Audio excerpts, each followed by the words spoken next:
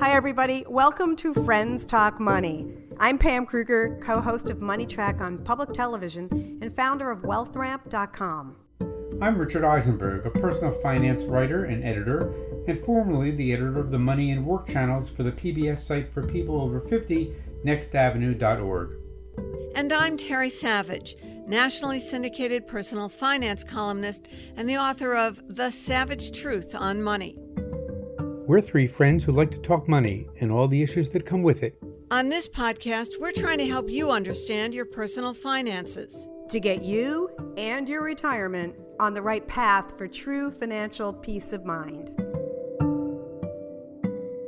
Hi, everybody. You know, retirement comes with its financial challenges and plenty of surprises, but you can deal with those challenges and thrive in retirement if you know how to make a few key course corrections. What are those course corrections and how do you make them?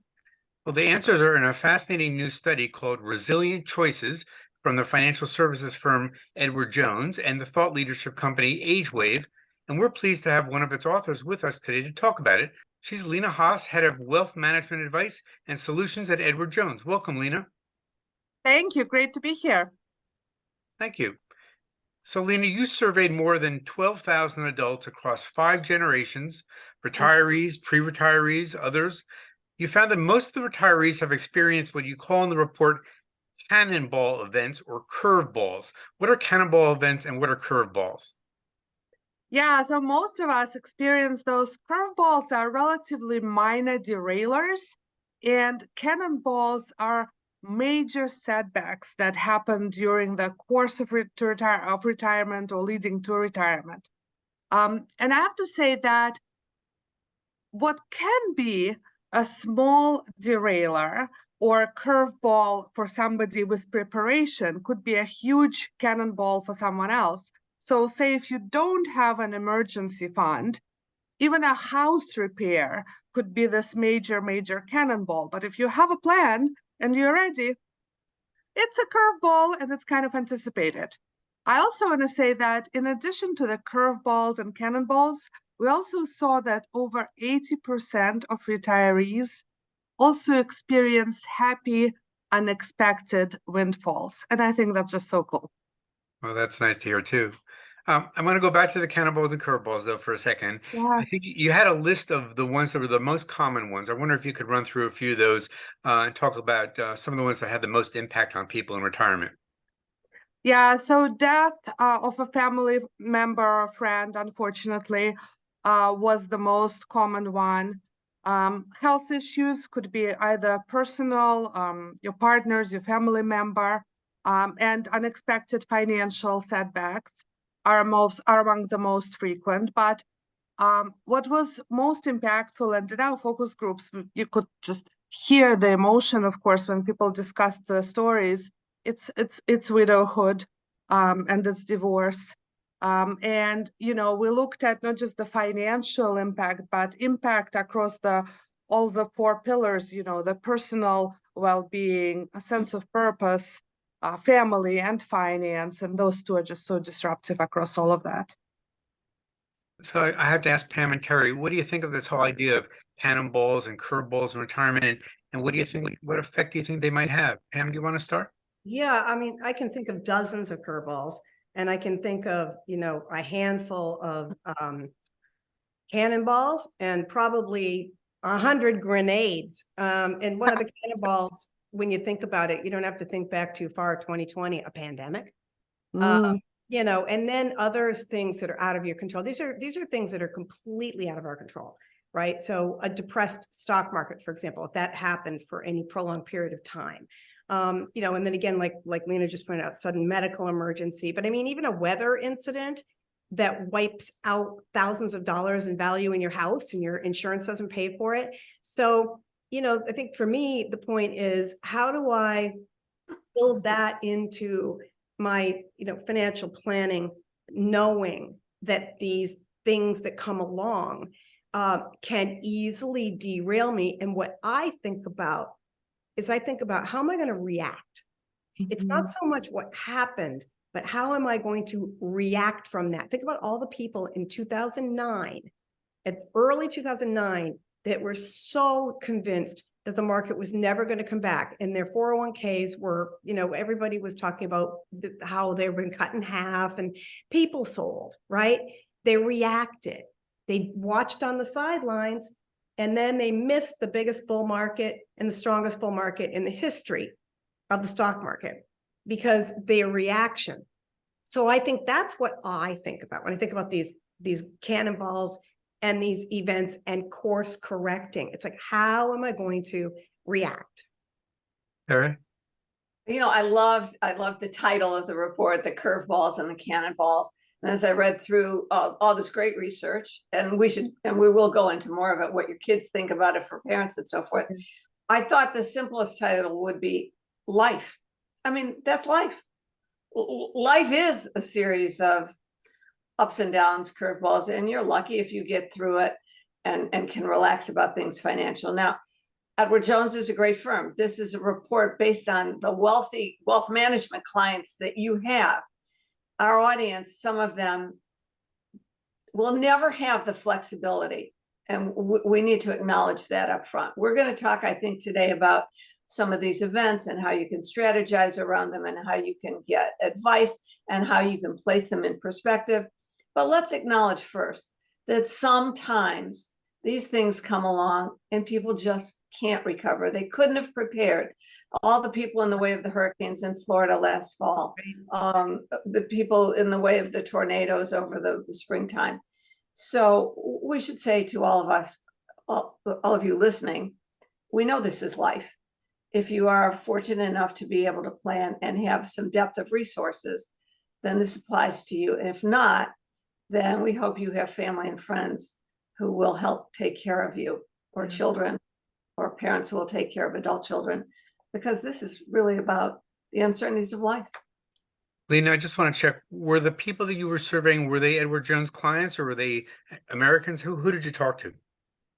They were not specifically Edward Jones clients, though some may have been. They were people across US, across all different cuts of wealth. But I love, Terry, what you said, that it's just part of life. And we saw over and over again that Americans are so resilient, even if it's through disaster, like you said, and even if folks can't and weren't prepared, they just really take action and are willing to course correct. And that was probably one of the most sort of life affirming findings for me, that folks don't see the situation as static. Now, Lisa, you also found that retirement itself can be a cannonball. I think you found that about 30% of retirees that you surveyed said that they were forced to retire unexpectedly. Can you talk about that as a cannonball? Yes, that's right. And oftentimes it happens for health reasons, either your own or when you have to become a caregiver of a spouse or a family member. That's definitely common. The other common reason is maybe you lost your job sooner than you have planned. And so for those of us working as financial advisors, we always say it's really important to scenario plan. You might think that you have this amazing plan that I'm going to work for 10 more years and I'm going to retire in my perfect lake house, but just life is not a static journey. It's a very dynamic journey. And so scenario plan of, yes, that's your plan A, but how does it turn out if you have to retire earlier or certain other circumstances arise? What I love about the work that you did on this and bringing up the course correction is because I'm just a huge believer in revising and revisiting and reassessing and rebalancing your portfolio and really not watching everything that's going on to see if it's up and down every day in terms of your financial well-being. I'm interested in looking at course corrections that I can make that I call trim tabbing, just little tweaks along the way that over time those add up, and you're doing them proactively. So again, you're kind of avoiding that emotional knee-jerk reaction that can happen often when it's a situation that happened suddenly and it's shocking. Yeah. Maybe you can talk a little bit about the financial course corrections you talk about in the report and some suggestions on what people might think about doing if they run into a cannonball. And I think you have some hypotheticals in the study about what a person might have done or could do and the effect that would have to help get them back on track. Yeah, that's right. And some of the most effective course corrections that retirees and pre-retirees shared with us, also the very foundational ones. So how do you take a look at all of the different kinds of debt that you have and reduce or eliminate debt with the highest interest or with the variable interest? Increase savings and make sure to take full advantage of the employer match during your working years. And that's quite a common situation for many of us. Think about managing expenses. This was really interesting. The word that kind of came up over and over again was frugality. And, you know, people in the past thought like frugality is kind of a negative connotation. Maybe it means cheap. But now we heard people talking about being frugal as being deliberate and smart. And I thought that was really interesting. So examine your budget, see what you can do there in a deliberate way, and definitely have a plan, have your goals, and follow the plan. What we saw, Pam, very much to your point, is that even small corrections relatively later in life can make a huge, huge difference. One scenario that we saw is a couple who decided to work for 5 more years. They reduced the hours that they worked. Husband went to do consulting. Wife reduced her hours to 30, but still taking advantage of the employer match. And the amount of just financial security sort of before and after the 5 years was absolutely staggering in terms of the effect of Yeah, that. because I mean, in retirement, cash flow is everything. Yeah. And leading up to and into retirement, if you're not accurately looking at your cash flow projections today, currently, and then 2 years out, 5 years out, and making those calibrations and being resilient in that way, then, you know, you're really, that you just don't stand as good of a chance of being able to either not overspend and running out of money, or even sometimes people underspend because they're so frugal. They feel like they're so locked into something that they, and then things change in their life. So it kind of goes both ways. It's those course corrections are everything. Harry, what do you think about the idea of financial course corrections? I think this is a hard thing to do on your own. Pam's built her whole life around the concept of having a trusted fiduciary financial advisor, and a second pair of eyes that's not infused with the emotion that you place on cash flow and income and a job and spending and wanting. I think this is where everybody thinks that the financial advisor is for which stocks am I going to buy? You know, how am I going to balance my portfolio? I think this is the real advantage of having a trusted fiduciary advisor, to have an intelligent, independent set of eyes showing you what the difference can make. Time is money, by the way. Boy, having that advice earlier as you plan for these things gives you a lot more flexibility when they do come along. Yeah. Lena, can you talk a little bit about the cannonballs and corrections you saw, cannonballs and curveballs relating to family? I thought they were pretty interesting too. Yeah, it was interesting. So in terms of the course corrections, just spending more time with the family unlocks so much in terms of emotional well-being, physical well-being. I'll tell you, one of the greatest windfalls that retirees indicated to us is having grandchildren. And, you know, there are 78 million grandparents in the US. So that is yeah, We have one coming up. very cool. Very cool. And what I also saw is that it's important to be honest with yourself. So retirees said that one of the most impactful course correction, in addition to spending time and energy with the loved ones, is actually spending less time with some of those people who you feel you have toxic relationship with. And so just being really honest with yourself and deliberate and spend the time with those you enjoy and who bring you the joy. That's great. Now we talk a lot at Friends Talk Money about finding meaning and purpose in retirement. We've done a bunch of episodes on that. And your study had some course corrections for that too. Can you talk about course corrections that relate to purpose and meaning? Yeah, and you know, the course corrections around purpose and meaning are so impactful. We saw firstly that, and this I thought was just really, really cool because it really kind of proves that, you know, doing good and is good for you. We saw that people who volunteer, and it doesn't have to be, you know, overcommitment, just even a few hours a week, they report that they're happier, they are more resilient, they find a lot more purpose, and they're also interestingly more healthy. So across all of the 4 attributes, people who volunteer experience that huge benefit for themselves while giving to the community. And then another thing that I really thought was really positive is that people indicated that working, and it doesn't have to be full time, maybe it's pursuing something part-time as a consultant, or maybe it's a passion, like a second career that you didn't get to do first time around.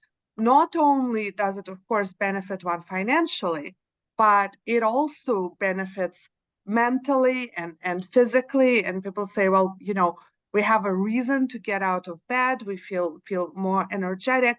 And I think that's really a great story, because oftentimes we think like, oh gosh, people have to work in retirement because they didn't prepare adequately. But no, yes, I mean, there's the financial benefit, but it's so much more than that. Yeah, I have to assume when I envision retirement, and I do a lot because we talk about this on the podcast a lot. I have to assume that my priorities are going to change and that I am going to make course corrections as I go. I don't know what they are going to be yet, but I have this funny feeling that the first 2 years of retirement for me, when that day comes, are going to be pretty self-indulgent the first 2 years. Oh, I'm going to do that exotic travel.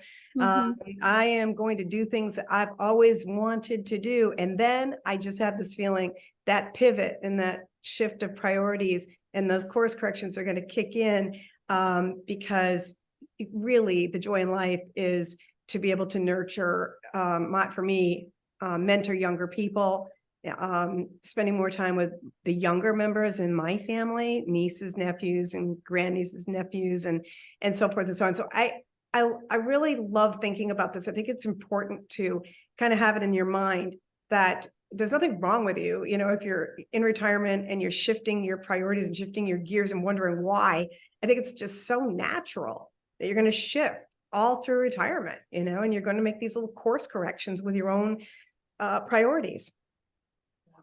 Harry, any thoughts on that? Yeah, I was thinking of something Ray Kroc once said. When you're green, you're growing. When you're ripe, you're about to be rotten.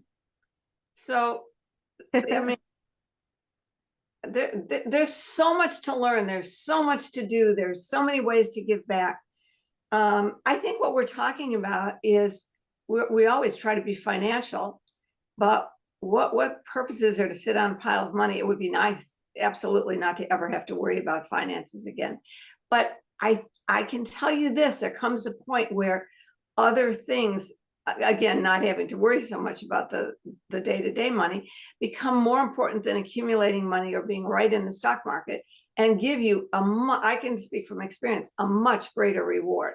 And so if you're fortunate enough for that kind of to land in your lap as it has for me, or whether you have to go out and figure out a way to make that happen for you. I said this before on this year, my grandmother's motto was, in my service to others, I find a cure for my own ills. So to the extent that you're bored or tired or depressed, or because you think your best years of your work life have left you, and what else is there, go find someone else and help them. It's absolutely will spark life in you for sure. That's what I think about it. You asked me what I think. I think we're morphing into, in this podcast, more than just here's how you handle your 401k, or here's how you buy insurance, or here's how you make an estate plan. It's about here's how you live in this segment of your life. How interesting. I want to ask you a question.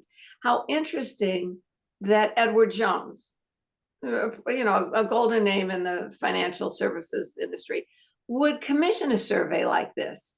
What was behind that? And particularly, I hope you'll talk, I don't know, Richard, you were going to get to this, but I saw the highlights of the survey about the fact of what the next generation of kids thinks about they're about to be retired or retired parents. But where did Edward Jones think that this was so useful, as opposed to, here's a survey on how you should allocate your investments?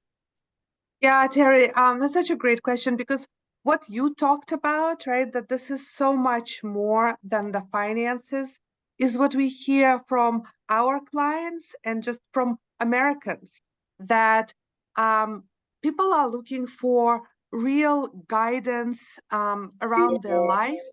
Like I said, we looked at what really matters to people, and it's really pretty universal. It's personal well-being, it's spending time with family and loved ones, it's purpose. And then finances is there as well, but it's almost like an enabler. Because if your finances are secure, you can, in fact, help families, spend time with them, actualize your purpose, look after yourself better.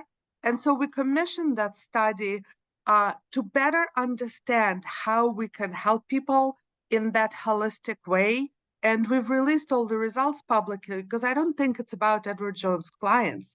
It's about making an impact that kind of transcends that and just betters the pre-retirees and retirees in the country. Yeah, it adds the dimension that's beyond just money, because at that point when you're in retirement, clearly you're already living a lifestyle that the focus is going to be on what are you doing? What are you doing with your time? I will get to ask Lena about the parts about retirees and their adult children, because it's just fascinating. But I want to mention a couple of things in my own life, following up on what Pam and Terry and Lena were talking about. I had a call a couple of days ago with an old friend from college who I haven't spoken to in a long time. She had a brilliant and illustrious career. She's now retired fairly recently. And she was telling me that she's been spending a lot of her time traveling, going places that she always wanted to go, but had never gone to before, as Pam was saying, and also catching up with old friends like me. And so it was just great to speak to her and hear how her priorities had changed, as mine are too. And now that I'm in my unretirement, semi-retirement, I'm doing a lot more volunteering on the weekends, and I'm getting a great joy out of that. Partly because I'm around with young people and older people. I feel like I'm making a difference, helping out. It's also good for my health. So I just want to say I'm agreeing with a lot of what you're finding, Lena. So let me talk about ask about the other part about retirees and their adult children. You found out some pretty interesting things about what retirees said about providing financial support to their kids, and also what the millennial kids were saying about their concerns about their parents in retirement. Why don't you talk about both of those? Yeah, so first of all, we saw that 2/3 of millennials are really concerned that either their parents or their in-laws may not have enough money to live on in retirement. 2/3. That's I think is a pretty staggering number. Are they concerned because they're going to have to support their parents or their in-laws, or because they just love them so much and they think they could teach them better, or what? Well, so it's interesting. We asked millennials, and kind of gets at your question a little bit. What would they prefer for their parents to have financial security, or are they thinking about themselves and they would rather parents leave them more inheritance? And 83% of millennials said, never mind our inheritance. We just want our parents to have financial security and live well. And I thought, how interesting. Well, we oftentimes think, oh, millennials just only think about themselves, and that's just not true. So yeah, millennials are really concerned about their parents. And it was interesting. Millennials gave their parents some advice, And it's kind of funny because it's the same advice that parents give to their children. And I can say that hand on heart as a parent. So millennials said that they want their parents to start saving earlier and continue to save, stay out of debt, stay mentally and physically active, and try out new hobbies and activities. So that's roughly the same advice that I give to my own two boys. And if we maybe all followed each other's family advice, we would all be better off saving towards retirement and in life. They tell them to watch their spending too, the millennials telling their parents that or not? Oh, Yeah, to I save, hope save, not. to budget, yeah, all of that. Yeah, Oh, man. spend more time with friends. It was actually really interesting in focus group to even heard spend more time with friends, less on the computer. And guys said, oh gosh, that's the daily advice in my household for the That's boys. what parents are telling their kids. Exactly. And So eat very your funny. broccoli, and there's our curfew. That's great. Very cool. So Lena, what can people who are not yet quite retired be doing or thinking about doing to try to head off some cannonballs and curveballs in retirement? Say they're in their 40s or 50s or maybe early 60s, not yet retired. What should they be thinking about right now or doing? Well, I would say two things really jumped out. One is lots of pre-retirees have a formal plan or a notion of what they want to do. And so what we heard is that it's really important to test drive that. So test drive how you would stay mentally active, test drive how you would stay physically active, how you're going to feel that sense of purpose, and also the financial part of it. If you're thinking you're having a budget for yourself in retirement, practice living on that budget and see how that feels, right? So that was one, that idea of test driving and really understanding if the theoretical plan works in real life. And two is working with a financial advisor. We saw over and over again that people who work with a financial advisor feel more confident in their ability to handle the unexpected, both in terms of financial challenges and to the discussion that we just had, life challenges. And we overall see how important it is to have that plan that is not just the financial, but really goes into what's important for people, what is important for their families, why is that important, how do you think about choices and trade-offs and legacy and impact. So working with an advisor and having a plan is really, really I helpful. agree. I think that's the way to stress test your biggest money fears. It's the biggest way to stress test your lifestyle fears. You know, not just running out of money, but also what's my life going to look like? And if you stress test it and you've got those fresh eyes, then it allows you to feel more confident and comfortable as you go. Yeah. Thank you. I have one last basic question, and then I want to turn to Terry. What is the benefit of making these course corrections in retirement? In other words, what's the difference about whether I do them or I don't do them in terms of how my retirement's going to be? Well, the difference can truly be massive, and it's not just the financial. The financial, you saw some examples in the report that, of course, starting to adjust your budget, saving earlier, contributing for longer to your retirement accounts makes a big difference numerically.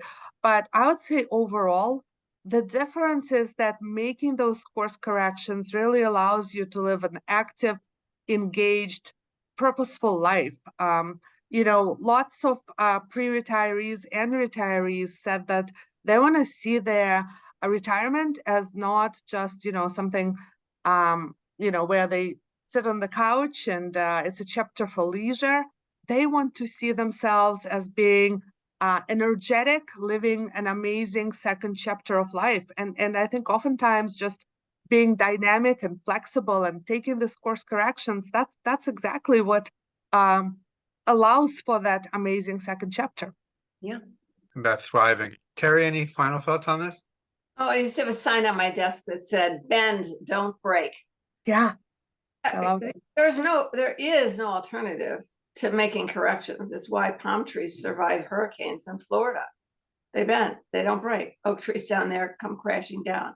So it's not like you have a lot of choice, folks. It's nice to hear that it makes a difference. Yeah. It's really important to recognize. I think in life, you never bend or on your basic moral principles. I mean, your integrity or whatever else it is. But when the current is flowing against you, stop swimming upstream. Either find a place on the side and watch it go by, get a raft and float with it, float downstream. But when the current changes, you have to change. Yeah. It's you can't fight the universe. And if you go along with it and keep your head above water, then you'll never be, you never know what's around the next bend. It's not like you have a choice. You have to course correct. It's a great report. I loved it. I was fascinated by what kids thought about their parents and about the kinds of things that come along. It's called life. And if you're going to be in it, you just have no choice but go along with it, I think. They're wise words, and I'm beginning to think we need to change the name of our podcast from Friends Talk Money to Friends Talk Life. And then we need Lena, thank you so much for joining us today. I think that our audience is really now going to be in better shape to duck when some of those cannonballs and curveballs do come. And thanks everybody for spending time with us on Friends Talk Money or Friends Talk Life, whatever it is. We'll talk again soon. Bye. Thank you so much for having me here. Friends Talk Money is funded in part by a grant from the Investor Protection Trust. The IPT is a nonprofit organization devoted to investor education. Since 1993, the IPT has worked with the states to provide the independent, objective investor education needed by all Americans to make informed investment decisions. Visit investorprotection.org. We also receive support from the North American Securities Administrators Association, known as NASA. It's the oldest international investor protection organization. NASA's members include state and provincial securities regulators from the U.S., Canada, and Mexico who serve on the front lines of investor protection. Recognizing that education and awareness are powerful tools in the fight against investment fraud, NASA is pleased to sponsor Friends Talk Money. Here are 3 important tips to help you protect your money from fraud. With investing, there are always risks, so be cautious of anybody telling you that a certain investment is guaranteed. You should also proceed with caution if somebody is promising very large investment returns. This is a common red flag for investment fraud. Last and most importantly, be sure you're working with a licensed or registered financial professional. You can check your advisor and make sure they're licensed by visiting brokercheck.finra.org. NASA is your partner in keeping you safe and helping you avoid investment frauds. Visit nasa.org and click on the Investor Education tab to learn more.